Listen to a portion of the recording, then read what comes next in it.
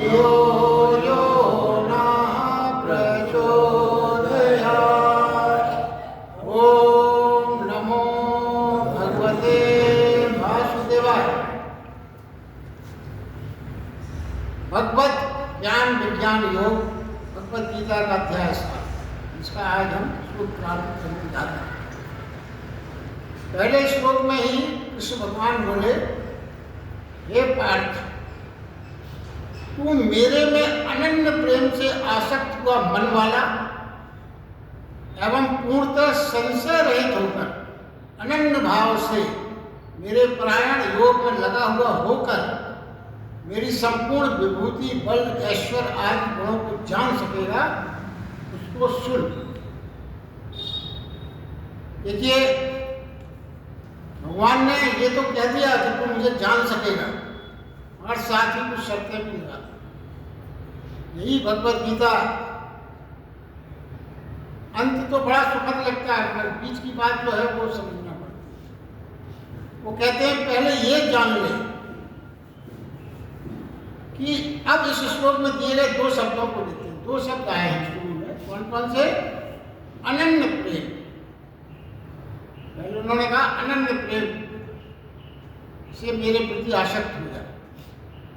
तो कृष्ण भगवान कहते हैं मेरे प्रति अनन्य भाव से मेरे प्रति प्रेम और श्रद्धा से भरा हो।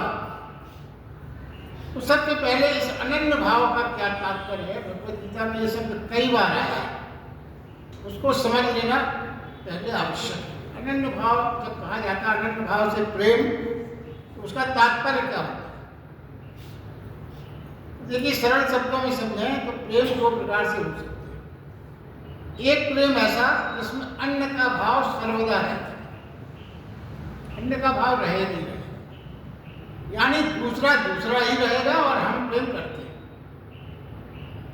अब इसको उदाहरण में देखिए, जैसे बेटे और बाप के बीच में प्रेम है, तो बेटे से बाप के बीच में प्रेम अनन्य नहीं हो सकता। क्यों? क्योंकि पिता तो पिता ही रहेगा और पुत्र पुत्र ही रहेगा। यह नहीं हो सकता कि पिता बेटा हो जाए और बेटा पिता हो जाए, ये नहीं हो सकता। यानी भेद कायम रहेगा, अलगाव मौजूद रहेगा। इसी प्रकार यही सिद्धांत सबके साथ लागू होता है। आपका कोई अच्छा मित्र हो सकता है, पत्नी, पति, दूसरा कितना भी अपना मालूम पड़े, आप कहते ना बिल्कुल दूरी नहीं, हम तो सब एक ही है, कितना भी अपना मालूम पड़े वो रहेगा, दूसरा दूसरा तो रहेगा ही। एक अदृश्य सी झीनी सी पतली सी पारदर्शी हो और दीवार तो रहे, ऐसा नहीं हो सकता कि दूसरे का अस्तित्व ही खत्म हो। तो ये जो है, और दूसरा जो अनन्य प्रेम भगवान कृष्ण कहते हैं, उसका क्या मतलब है? उनका तात्पर्य ये है यहाँ पर कि दो ना रह जाए, एक ही बचे। तो क्या है ये अनन्य प्रेम? कैसे हो सकता है, किससे हो सकता है? तो ये संसारिक प्रेम से इसका कोई मतलब नहीं। अनन्य प्रेम मात्र परमात्मा से ही हो सकता है, अन्य किसी से संभव ही नहीं। तो जब भगवान कृष्ण कहते हैं अनन्य भाव से तू मुझे प्रेम कर, इसका मतलब इनडायरेक्टली वो ये कह रहे हैं कि मैं परमात्मा स्वरूप ही हूं, क्योंकि दूसरे संबंधों में अनन्य प्रेम संभव नहीं है।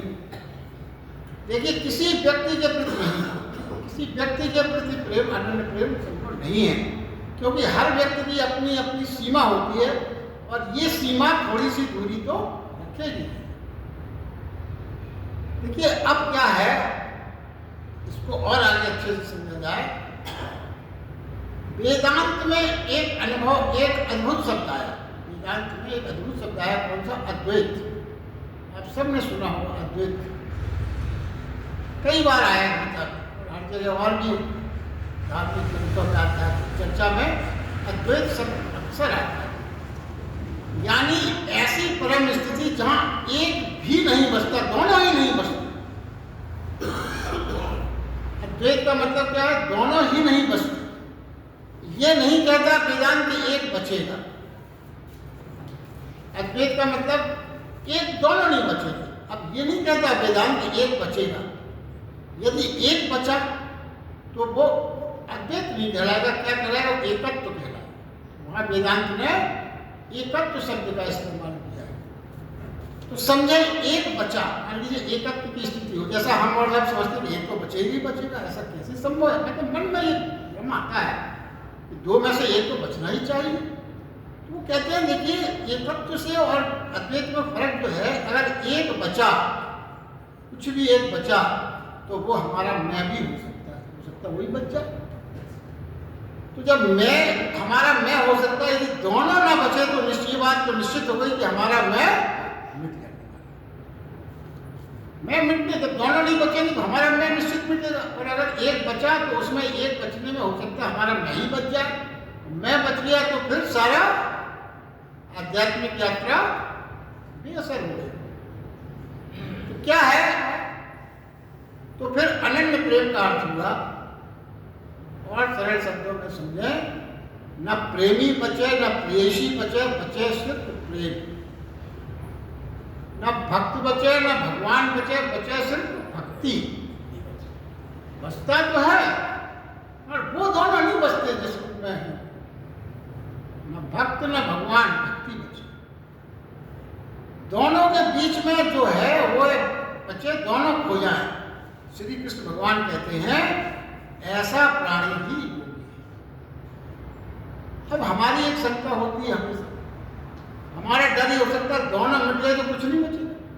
हम तो यही सोचते ना कि जैसा ही कहा गया कि दोनों ना बचे, तो हमारे दिमाग में क्या आता है कि दोनों अगर नहीं बचे तो मिट गया सब, फिर बचा क्या?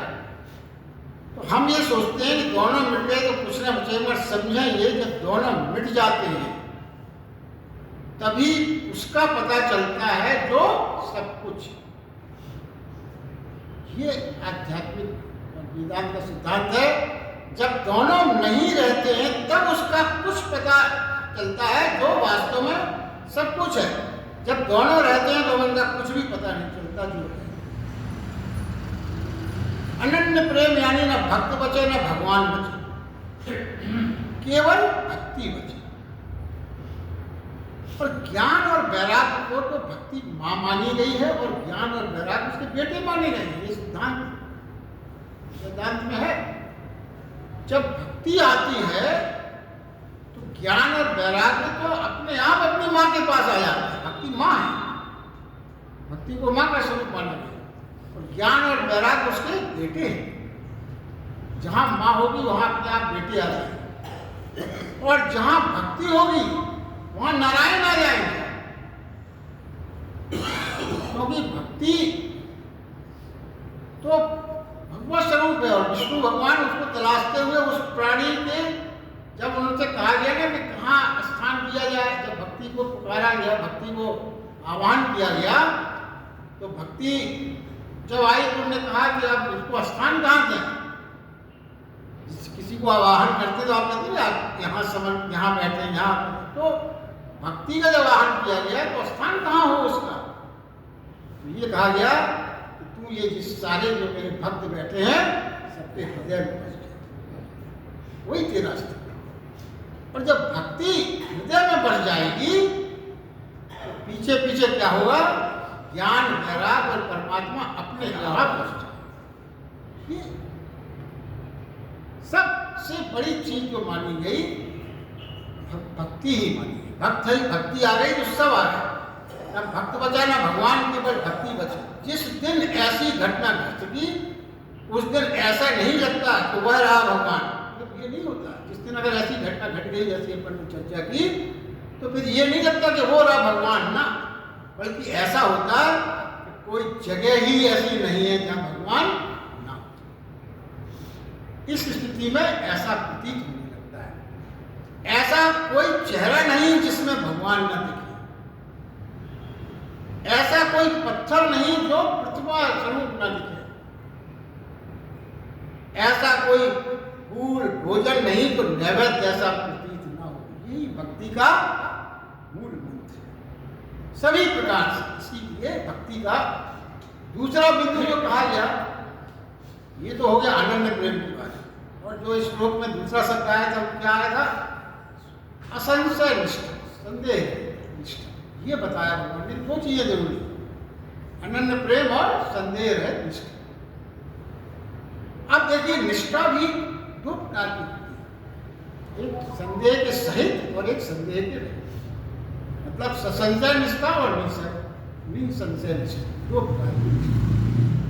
ससंशय निष्ठा मतलब संदेह रहित क्या है?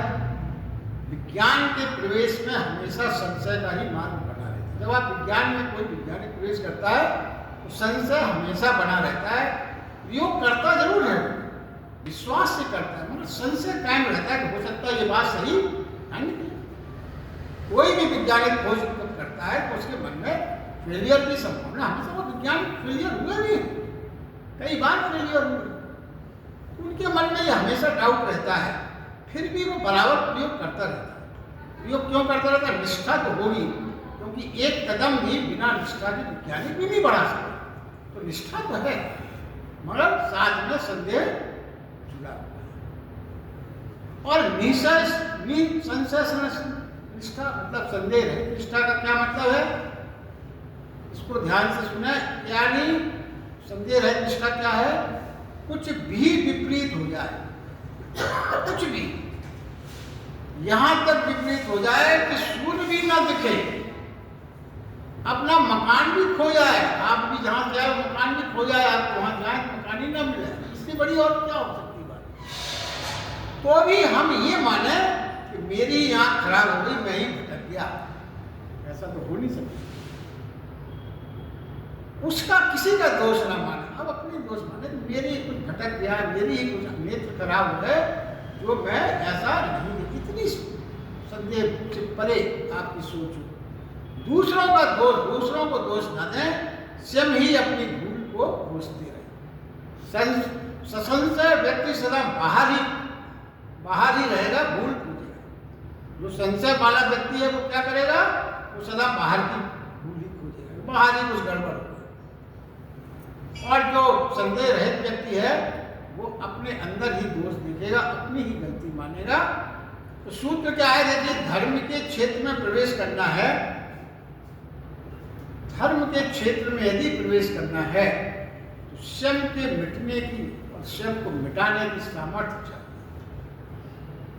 स्वयं से मिटने से तात्पर्य यहाँ अहंकार से मिटाने से।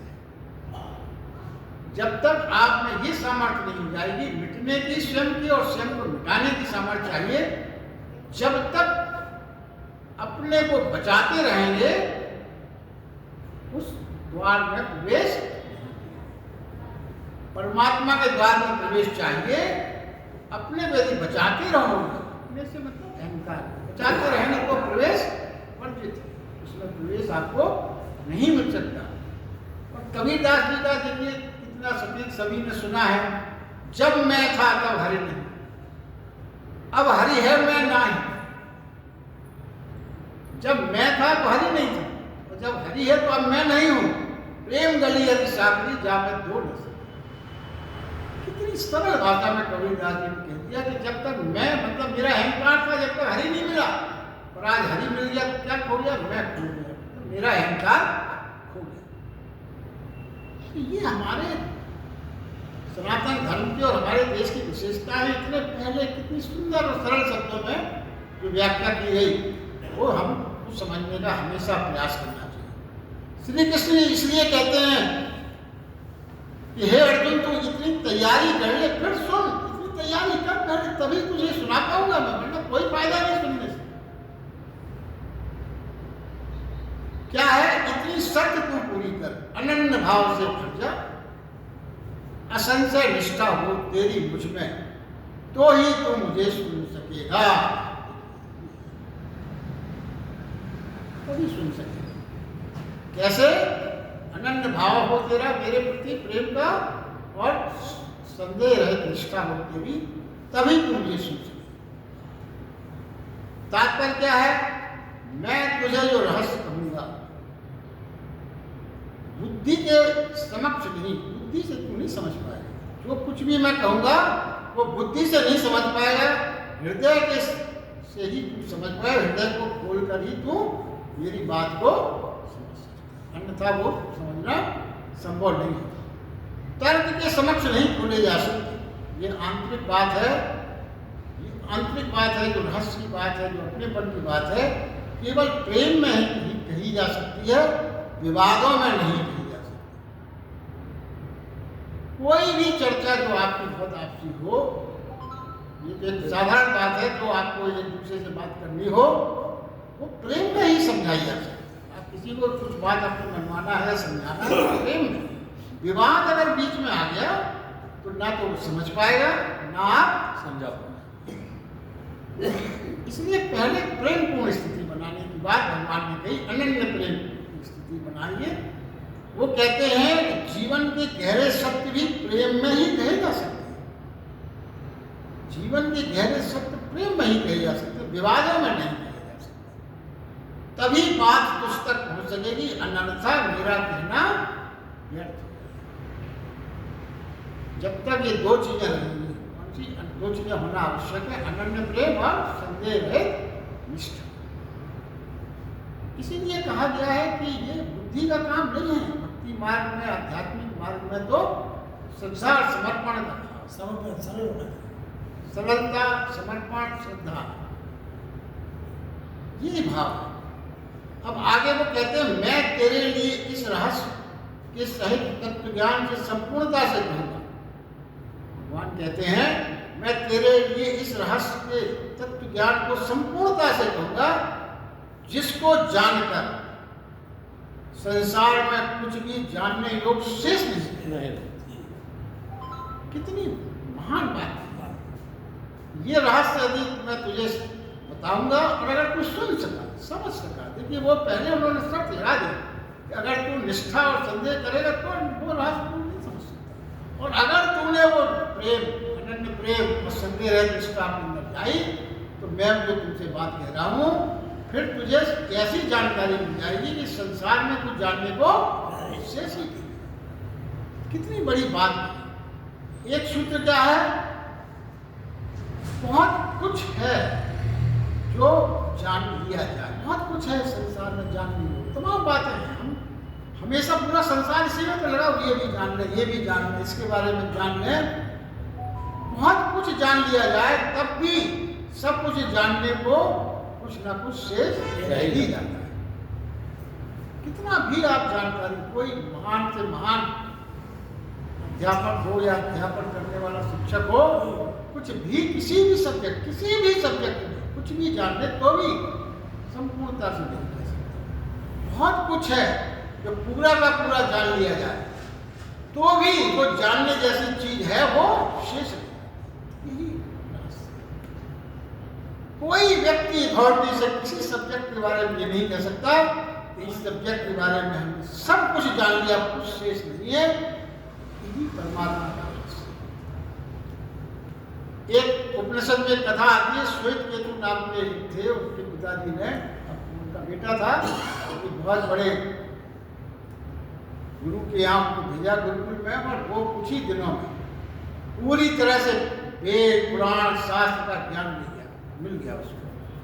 और फिर वो बड़ी अकड़ करता हुआ, मैं तो उपनिषद वेद पुराण शास्त्र सब है, और उसके दिमाग में एक बात ये आ गई, मेरे पिता भी अब मेरे सामने कुछ नहीं जानते, बहुत कुछ पता। अब पिताजी ने उसको आके देखा, पिता तो पिता ही थे और वो भी ज्ञानी थे, तो उन्होंने उसकी अकड़ देख ली, उसके अंदर बहुत अकड़ दिख रही है, अकड़ भी आ रहा है। तो पिता बोले क्या तुमने वो जाना जिसके जानने के बाद कुछ जानने को शेष नहीं रहता? अब पुत्र तो चेहरा उतर गया, श्वेत केतु एकदम घबरा गया, ऐसा तो गुरु ने मुझे कुछ नहीं सिखाया। तो पिता बोला तेरी अकड़ ने मुझे बता दिया कि तू अज्ञानी का ही अज्ञानी ही रहा, और अज्ञानी ही गया था और अज्ञानी ही लौटा है। अकड़ क्यों? अकड़ अज्ञान का सबूत है। देखिए कितनी छोटी छोटी बातें हैं जो जीवन में अगर हम समझ लें, यहाँ जरा सा किसी को ज्ञान हो जाता है, चार मित्रों के बीच में ऐसी अकड़ दिखाता है, ये माना तुम क्या जाना होता है। यहाँ वो कहते हैं कि अकड़ ही अज्ञान का सबूत है। आप ये सबूत दे रहे हैं कि हम अज्ञानी हैं। जितना ज्ञानी होगा उतना विनम्र सरल होता जाएगा, नहीं तो आप कोई फायदा नहीं। ये जीवन के गीता है ही अपने जीवन के लिए सर, आप जीवन में उतारें इसको। ये नहीं कि हमने बहुत जान लिया तो आप बिल्कुल यही चाहें कि अब तो मैं जहाँ जाऊँ मुझे उच्चासन, तिलक, माला, फूल, जय जयकार हो।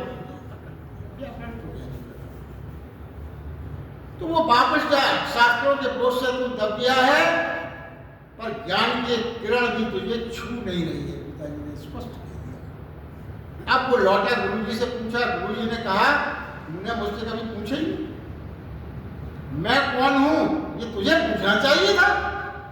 अब मैं तुझे पढ़ाता रहा, तुमने कभी मुझसे ये नहीं पूछा। पहले ये तो बता दो गुरुजी मैं कौन हूं।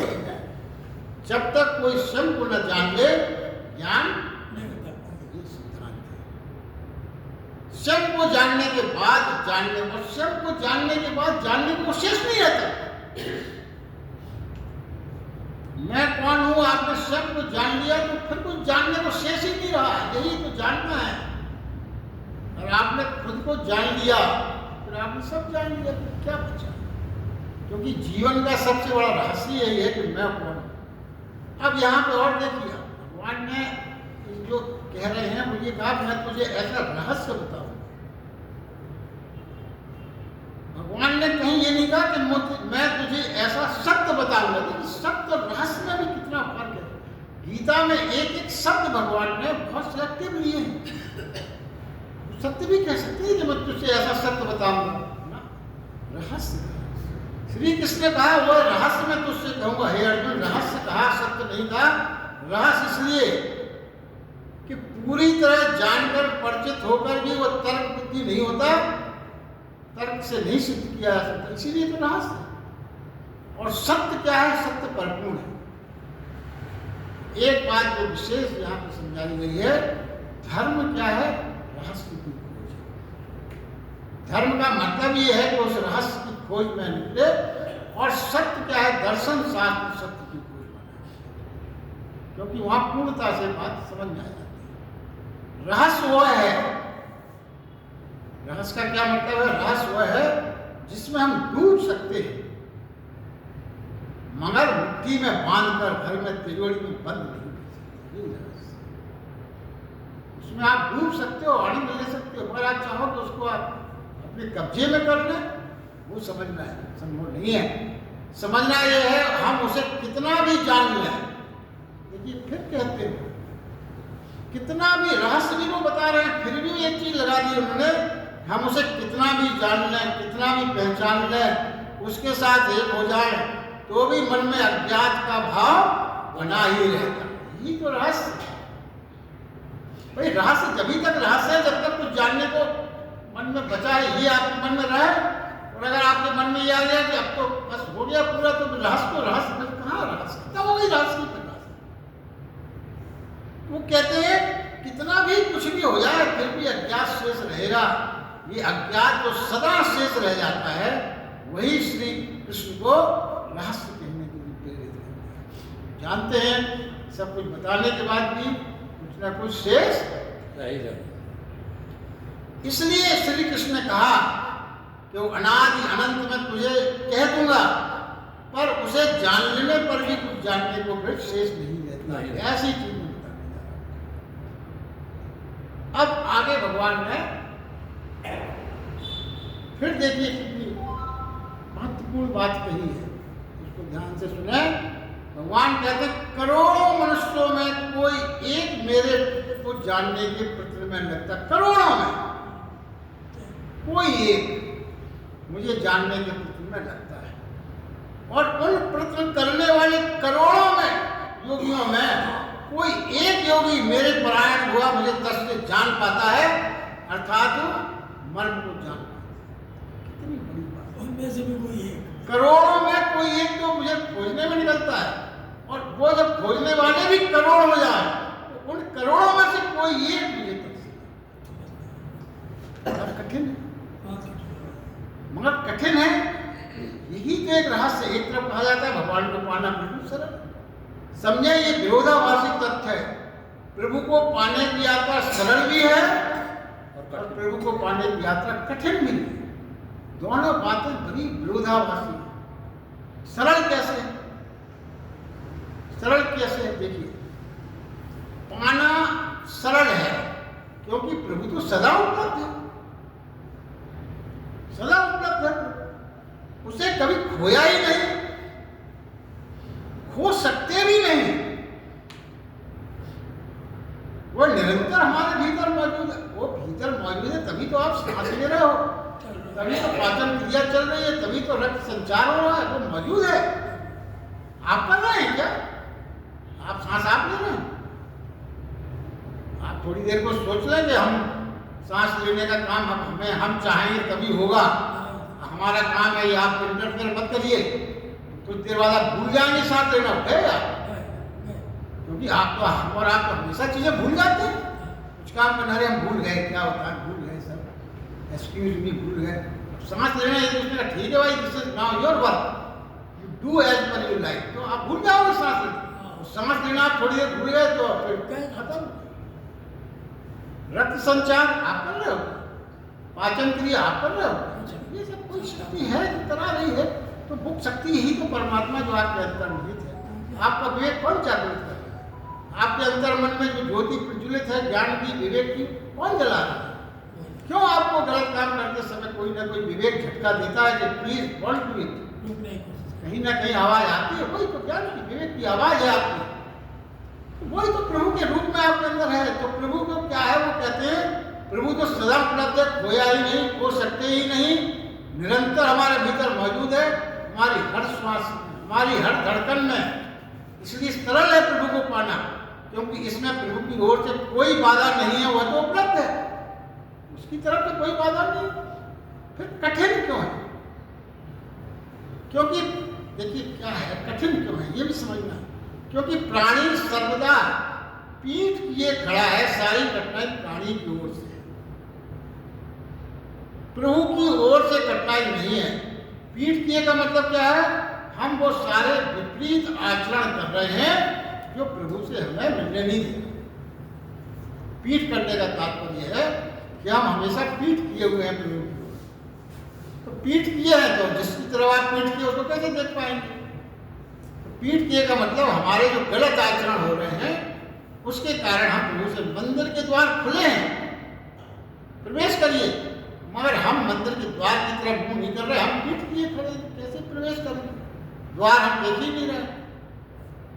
और वो यहां तक कहते हैं पीठ ही वन नहीं किए हैं, हम तो विपरीत दिशा में दौड़ लगा रहे हैं अपने आचरण से, दौड़ते चले जा रहे हैं, दौड़ते चले जा रहे हैं विपरीत, दूर दूर तक।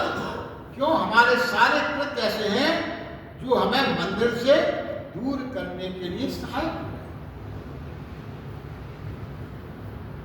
ये मंदिर ऐसा मंदिर जाने को मंदिर नहीं कह रहे, वो वास्तविक मंदिर, उससे आप दूर होते जा रहे हैं क्योंकि आप हमारे आपके कृत्य ऐसे हैं। मगर फिर वो देखिए कितनी महत्वपूर्ण बात कहते हैं, मगर तुम दूर जरूर जा रहा है, मगर कर नहीं पाएगा मंदिर को दूर, तेरे बस में नहीं है। जिस दिन पीठ पलटी तो पाएगा मंदिर वही है। आप जीवन भर मंदिर के विपरीत चलते रहिए, मगर जिस क्षण कभी भी आपने पीठ घुमाई तो आप देखोगे कि मंदिर सामने। ये प्रभु की कृपा देखिए। फिर ये नहीं है कि आपको फिर इतना एक जन्म पूरी उम्र से लेके 50 साल तक आप विपरीत चलते रहे, 50 साल तक आप विपरीत दौड़िए, जिस क्षण आप पलटेंगे तो फिर दोबारा 50 साल नहीं जाना पड़ेगा, उसी क्षण आपको मंदिर पीछे मिलेगा। जहां से आपने दौड़ना शुरू किया था मंदिर वहीं मिल जाएगा। फिर वो कहते हैं करोड़ों में से कोई एक प्रयास कर, ऐसा क्यों कहा उन्होंने? उसको पाने के लिए जिसे पाए बिना कोई चारा नहीं है। देखिए ऐसा क्यों कहा? करोड़ों में से कोई एक प्रयास करता है, ये कहा भगवान ने। ऐसा क्यों कहा? ऐसा क्यों होता है? कहा है तो होता ही, तो ऐसा क्यों होता है? वो कहते हैं उसे पाने के लिए जिसे पाए बिना कोई चारा नहीं है, जीवन का उसको पाए बिना कोई अर्थ नहीं है, जिसे पाकर सब पाया जा सकता, उसके लिए भी हम प्रयास न करें। कुछ तो कारण कि हम प्रयास नहीं कर पाते। करोड़ों में कोई प्रयास करे शेष न करें, ऐसा क्यों? ये जाने। जब परमात्मा को आनंद है, जीवन है, अमृत है, फिर ऐसा क्यों होता है? उसे समझना ही होगा क्यों ऐसा होता है। तो देखिए इसका भी एक बहुत स्पष्ट है जिसके कारण ऐसा होता है। जो मिला हुआ ही है हमारा मन उसे पाने की चेष्टा क्यों कर ही नहीं सकता। जो मिला हुआ है उसको पाने की क्या चेष्टा करनी। जैसे देखिए मछली जब सागर में होती है तो वो सब कुछ खोजती है, भोजन खोजती है, हर चीज खोजती है, मगर सागर को नहीं खोजती। क्यों? वह तो मिला ही हुआ है उसको सागर। मछली को ये कभी नहीं रहता कि सागर को खोजो। जब कभी मछुआरा बाहर लाता है और पृथ्वी पर उसे छोड़ देता है तब वो सागर का महत्व जान पाती है। अरे वो था सागर। जब वो पृथ्वी पर जमीन पर आकर तड़पती है तब उसे सागर का समझ में आता है। मगर देखिए दुर्भाग्य आदमी का देखिए, मछली को तो आप किनारे पर लाए, उसने तड़प के भगवान को जान लिया, मगर आदमी को ऐसी जगह लाया ही नहीं जा सकता क्योंकि परमात्मा तो सब जगह है। कहाँ खोजोगे ऐसी जगह जहाँ परमात्मा ना हो और आपको ये महसूस हो जाए। देखिए दांतों की तरफ भी बहुत सरलता से, दांतों की तरफ वैसे आपको कभी ध्यान नहीं जाता, मगर अगर एक दांत थोड़ा सा टूट गया या दर्द हुआ तो जीभ बार बार वहीं जाती, बार बार उसे जाती। मतलब जो सहजता से उपलब्ध है उसकी तरफ अपन ध्यान नहीं देते। नियम ये हुआ जो हमें उपलब्ध है उसकी विचारणा को हम छोड़ देते हैं। ये नियम है। जो हमें सहजता से उपलब्ध है उसके बारे में हम नहीं सोचते। जो हमारे पास नहीं है उसकी स्मृति में रहते हैं। जो मिल गया आज तक तुमने उसके बारे में सोचा, जो मिल गया उसका धन्यवाद दिया नहीं। क्या हम सोचते हैं जो हमें नहीं मिला उसकी स्मृति, उसकी प्लानिंग, उसी के बारे में सोच। जो है अरे वो तो है ही, उसके क्या सोचना उसके बारे में। वो कहते हैं जिसे हम कभी नहीं खोते उसका पता ही नहीं चलता। मन इस नियम के कारण ही बंधा है, परमात्मा की खोज निकलने में बाधा है। यही बाधा जो मन की बाधा है, क्या कि जो हमारे पास है उसका हमें पता ही नहीं चलता। इसी प्रकार भगवान का भी पता है, इस नियम के विपरीत चलना। ये जो मन का नियम है ना, जो सहजता से उपलब्ध है उसके बारे में सोचते ही नहीं, तो इसके विपरीत चलना होगा। क्या विपरीत होगा? उसका स्मरण करें जो है और जो नहीं है उसकी चिंता छोड़ दें। यही विपरीत नियम है। जो है, जो उपलब्ध है उसका स्मरण करें। नियम बदलना होगा। मन अभी गड्ढों की ओर दौड़ता है तो शिखर और पर्वतों की ओर दौड़ना होगा, यानी अधोगति से ऊर्ध्वगति। मन हमेशा अधोगति के लिए बड़ा असर में रहता है। कैसे होगा? जिंदगी में बहुत कुछ मिला है, उसमें आनंद, संतोष, कृतज्ञता का अनुभव करें। यही है जो मिला है उसका स्मरण करने के लिए क्या बताया गया। जो कुछ भी हमें मिला है उसमें आनंद, उसमें संतोष, कृतज्ञता का अनुभव करें। जो है उसे देखें, जो नहीं है उसे छोड़ें। तो पाएंगे कि परमात्मा की खोज उसी समय शुरू हो। ऐसा मन को बदलने से। अब आप कह सकते हैं कि ये तो हम हमेशा ही करते हैं। क्या? माया तो सूत्र है, संतोषी सदा सुख। मगर वो कहते हैं सुख समझे, कहीं हम कायरता, आलस और चुनौती के डर के कारण, दौड़ने की हिम्मत ना होने के कारण तो संतोषी बनकर नहीं बैठते। कायरता, डर कुछ करना ना पड़े, चलो भाई संतोष कर लो, जो है तो ठीक है। ना, फिर ये गलत हो जाएगा। सच्चा संतोषी वो है जिसके जीवन में एक नई प्यास जाएगी, वो बेचैन हो जाएगी, जीवन में एक आग जलेगी परमात्मा को पाने की। फिर प्रश्न उठता है कब जलेगी वो आग? कब जलेगी संतोष की? कब जलेगी? वो बताते हैं साधारण भोजन में भी इतना रस है, ये महसूस करें। ये नहीं साधारण भोजन देख के आपको बाबू की कुटिया की सब्जियां याद आई, तो आपने या शादी में कहीं आपने जो सब्जियां खाई उसका चिंतन करें, अरे क्या आप घर में दाल रोटी खा रहे। मजा तो उस दिन आया था जब ना। वो कहते हैं साधारण भोजन में भी इतना रस है, ये आनंद है उसका। साधारण झोपड़े में भी कितना रस है, ये महसूस करें। जीवन में उपयोगी चीजें भी हैं, जो कुछ है उसी को उपयोगी मान के संतोष करने का भाव सीखें, तो फिर उस जीवन के मूलाधार में कितना रस होगा। जब आप चीजों में आनंद लेने की प्रयास कर दोगे तो फिर जीवन का जो मूल आधार है उसके प्रति अपने आप रस होगा। फिर क्या होगा? उसके प्रति यानी परमात्मा के प्रति कृतज्ञता का भाव पैदा होगा। सब परमात्मा की ओर चेतना के भीतर की यात्रा शुरू हो जाएगी। और अंत में आप एक चीज देखें, आप समझें, कृतज्ञता का भाव क्यों कहा, क्यों जरूरी माना गया? परमात्मा के प्रति हमेशा विनम्रता, शिष्टता और आदर भाव क्यों माना गया? जो कुछ मिला है उसके लिए भगवान की कृतज्ञता है। क्यों? एक साधारण सा नियम है जीवन का, जिसके प्रति आदर होगा, कृतज्ञता होगी, प्रेम होगा, उसी से तो मिलने के लिए बेचैनी होगी। भगवान की छोड़ दो, आपका कोई मित्र होगा जिसके प्रति या कोई ऐसे सज्जन होंगे जिसके प्रति आपके मन में आदर भाव है, कृतज्ञता का भाव है, प्रेम है, उसी से तो मिलने के लिए आपको बेचैनी होगी, उसी से मिलने के लिए आप प्रयास करोगे। पर परमात्मा से तो हमेशा हमें शिकायत रहती है। हम हमेशा क्या सोचते हैं, उसे सब कुछ दे दिया, हमें कुछ नहीं दिया, दिया है तो बहुत कम दे दिया, हमारे साथ तो बड़ा अन्याय किया, बड़ा निर्दयी है भगवान। हमें देखो, पड़ोस को देखो, दिन रात 24 घंटे हम बैठे हैं मकान में, कुछ नहीं दिया, हमारा ख्याल ही नहीं कर रहे। तो क्या है वस्तुतः हमारे, जिससे हमें, जिसको निर्दयी मान रहे हैं, जिससे हमें शिकायतें हैं, जो हमारे दुख का कारण है, उससे मिलने का मन क्यों करे? मन तो उसी से मिलने का करेगा जिसके। अब अगली बात है, करोड़ों में प्रयास करने वाले में कोई एक पहुंचता है, ये बात और नहीं। ये तो कारण हो गया कि करोड़ों में कोई एक, वो कहते हैं करोड़ों में कोई होता है, जो उन करोड़ों में कोई एक वही पहुंच पाता है जो अपने अहंकार और अपनी अस्मिता को खो पाता है। क्योंकि जो चलते हैं यात्रा में उनको अपने अहंकार और अस्मिता को नहीं खो पाते। उन करोड़ों में जो एक पा पाता है पूर्ण शरण, क्योंकि झुका हुआ मन चाहिए, झुका हुआ मन चाहिए, समर्पित भाव, पूर्ण सरेंडर, परायण हुआ, यही मुख्य बाधा बन जाती है। ये सब नहीं होता। कुछ प्रभु की खोज पर निकलते हैं, अहंकार और अस्मिता को साथ लेकर पाकर ये रहेंगे, हम ऐसा सोचते हैं। साधना करूंगा मैं, तब करूंगा मैं, आसन में बैठूंगा मैं, ध्यान करूंगा मैं, वह मैं सर्वदा पूछे। विफलता मिलेगी इसमें, इस मैं के कारण हमेशा विफलता ही मिलने वाली है।